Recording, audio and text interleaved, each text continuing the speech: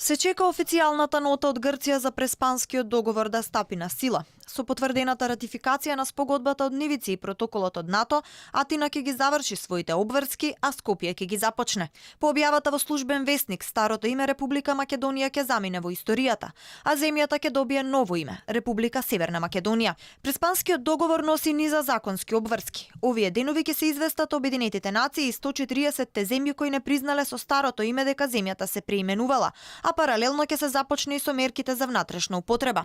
Република Северна Македонија ќе добие и превод на албански. Република е Македони Севериоре. Министерствата и институциите во исто време ќе станат и двојазични, а на македонски и албански ќе бидат испишани и таблите на граничните премини каде има 20% албанско население.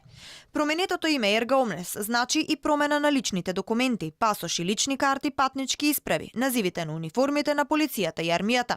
Се уште е неизвестно дали ќе има и промени на имињата како Македонски Брод и Македонска Каменица, но имињата на улиците и инфраструктурните објекти дефинитивно се бришат. Главниот плоштад и пешачка улица во метрополата повеќе нема да се викаат Македонија. И политичките партии ќе треба да претрпат измени бидејќи и тие се делумно финансирани од буџетот. Регистарските таблички во иднина ќе носат кратенката НМ или НМК. Во рок од 5 години ќе треба да се смени сета останата документација на јавната администрација за надворешна употреба. Промената на документацијата за внатрешна употреба ќе започне со отварањето на секое поглавје на релевантното поле во преговорите со Европската унија. Скопје и Атина до прва оваа година ќе мора да наоѓаат заеднички решенија за имињата за комерцијална употреба, трговските марки и заштитните знаци на производите. Ќе се спречува и пропаганда од страна на приватни ентитети, кои според преспанскиот договор шират иредентизам.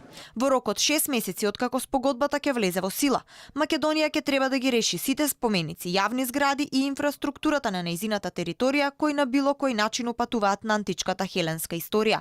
Според договорот се откажуваме од топонимите. Грчките географски поими ќе мора да ги нарекуваме онака како што ги нарекуваат во Грција. Солун во иднина за граѓаните на Северна Македонија ќе биде Тесалоники.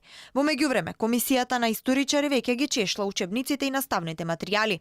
Единствената институција која јавно проговори дека ќе се бори да си го зачува името е МАНО, но засега немаат никакви изјави за тоа дали останале на истиот став и кои чекори ќе ги преземат. Во меѓувреме, секоја отстапка и прекршување на договорот од Нивици може да ја чини Република Северна Македонија блокада кон Европската унија.